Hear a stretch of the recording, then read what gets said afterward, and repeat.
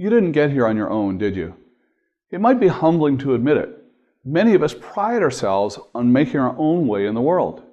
We know how hard we've worked and don't like anyone else deciding how our rewards are spent. But if we look back on our journeys or how far we've come, it will be impossible to ignore the influence of those in our lives who've helped guide us and supported us along the path. Mentors come in all shapes and forms, of course. Coaches, teachers, bosses. These may be the figures that first rush to mind. Esteemed figures of gratis in learning, patiently helping to guide you in the ways of your profession. You may not quite believe that you even had a mentor in such a figure who doesn't immediately come as a classmate, who always took the time to help explain that assignment that you were struggling with. Or a colleague who helped you acclimate to the new office when they didn't really have to extend such kindness. Or a friend who always had a waiting ear and open mind to consider your latest business ventures. These are all mentors as well. We don't always like to admit it. It's why we lionize the nation of the self-made man. We all love a good Horatio Alger story of the steely hero, staring down adversity, persevering against great odds, all on his own. Very few successful people were able to ascend the rungs of the ladder all on their own, without a very few strategic pushes up the ladder. The complication is that such stories are more myth than truth. Most self-made people are in actuality a sum of their experiences and environment, which is inevitably shaped by those who spend time around them. Now, this is why it's so critical to make sure that you are surrounding yourself with the right people. If you are the total sum of the 10 people you spend the most time with, do everything you can do to ensure that those 10 people are optimistic, supportive, and goal-oriented. Making full use of a mentor or simply someone to bounce ideas off of can make an enormous difference in helping you attain the success that you seek. How many of us look back on our younger selves and lament how much we wish we could have known then what we know now? This is the beauty of mentors. We can benefit from their wisdom, their learned perspectives, from their experiences without having to make their mistakes ourselves. It can take years of training and stumbling around to learn all of the insights that you can glean from a short conversation with a trusted mentor. They can help you steer clear of the roadblocks and the pitfalls that you might not have otherwise seen along your way. The up-and-coming in the workforce have their virtues of energy and optimism about how they approach their problems and how they are unfettered by naysayers and doubt.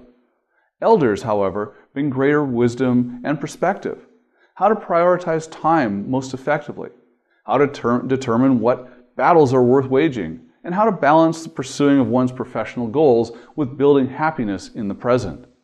Now, this isn't to suggest that all mentors need to be older, of course. You may find that you can learn a great deal about an entirely different field or skill by learning from some younger colleague. Just think about the young people today that grew up with computers. Maybe you can start there if you need to learn about computers. Now, I advise that you spend time actually getting to know a flesh and blood person or two to serve you as a mentor. There are surely a wealth of excellent virtual resources out there that you can explore, including learning from resources online, at your local library, and speakers at the Regional Chamber of Commerce.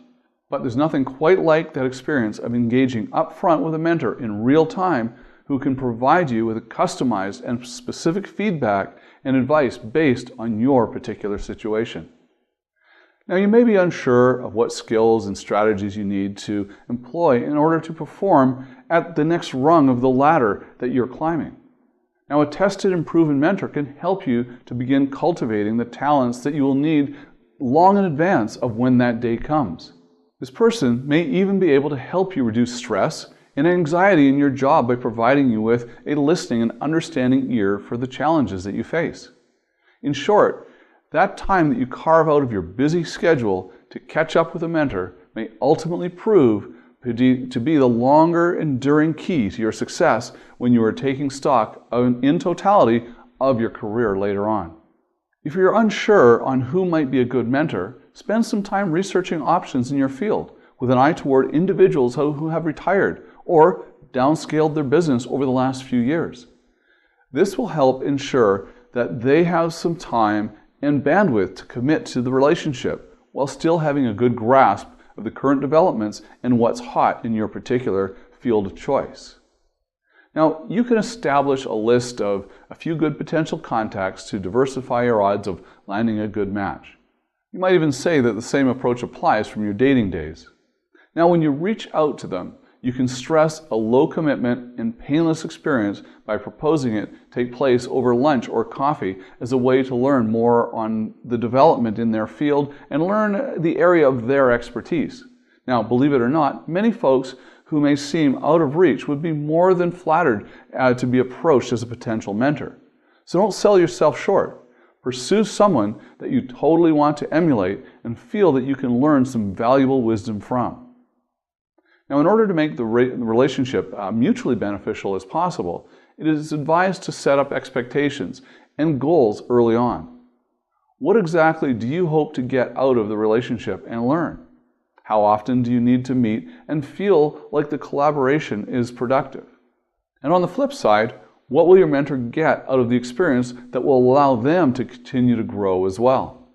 This is why it all begins with using your time productively, beginning with the very first meeting. Don't just waltz into the meeting. I'm always amazed at how many young people will think that nothing of requesting the time over coffee to talk and arrive to the discussion with little or no agenda or even an idea of what they're seeking to get out of the conversation.